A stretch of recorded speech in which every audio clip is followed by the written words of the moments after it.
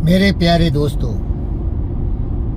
ये फकीर योगी वीरेंद्र योगी आप सबों का अभिनंदन करता है और आप सबों को महानता के सीढ़ियों पर चढ़ने के लिए रास्ता दिखा रहा है। प्यारे दोस्तों, आप इस पृथ्वी पर जन्मे हैं। आप दो तरह से अपनी यात्रा पूरी कर सकते हैं। एक तो गुमनाम, बिना कुछ किए दिए जानवर की तरह जी सकते हैं। सारे कष्ट कंटकों में आपका जीवन गुजरेगा, दुखों से आप पीड़ित रहेंगे। धन दौलत वैभव नाम यश सबों की कमी होगी। या फिर एक ऐसे महान व्यक्ति के रूप में उभरेंगे कि आने वाली पीढ़ी आप पर फक्र करेगी। लाखों करोड़ों अरबों ऐसे लोग पैदा लिए जो जानवर की तरह जीवन जिए, केवल खाए पिए सोए और वो सारे क्रियाकलाप किए जो एक जानवर करता हो। और दूसरे तरह के ऐसे लोग हुए जो मानवता के कल्याण के लिए ऐसे ऐसे महान कार्य किए कि हमारी पृथ्वी उन महापुरुषों से धन्य हो गई। और कबीरदास ने इसी को कहा था, कबीरा जब हम पैदा हुए जगह से हम रोए।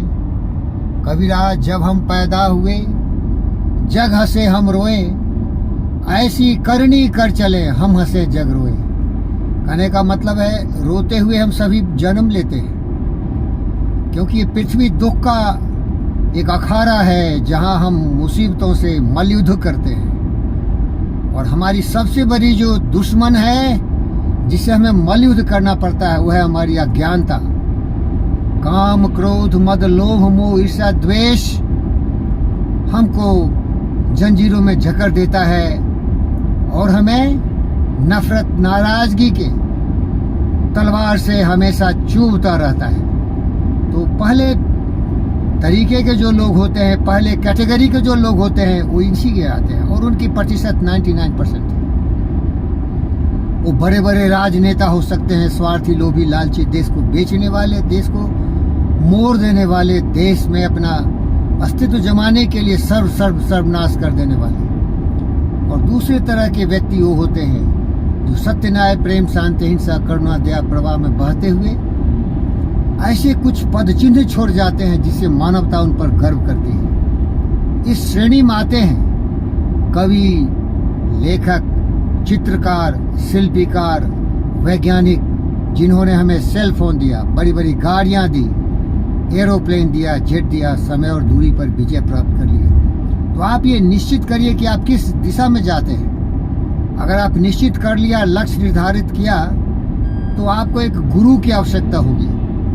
जिस तरह मैं महान बनना चाहता था, दूसरे श्रेणी के लोगों में कुछ ऐसे मानवता के कल्याण के लिए फकीर योगी वीरेंद्र योगी बनकर मानवता के कल्याण के लिए अमट छाप छोड़ के इस पृथ्वी को अलविदा करने वाले महापुरुषों की श्रेणी में जाना चाहते थे।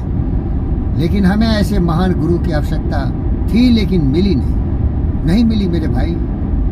मैं कीड़े मकोड़े जंगली जानवरों की तरह स्वार्थ में जीना नहीं चाहता, लेकिन करूं तो क्या करूं। सही दिशा में गाड़ी को चला रहा हूं, देखो चला रहा हूं और इसकी स्पीड देख लो, 93 है।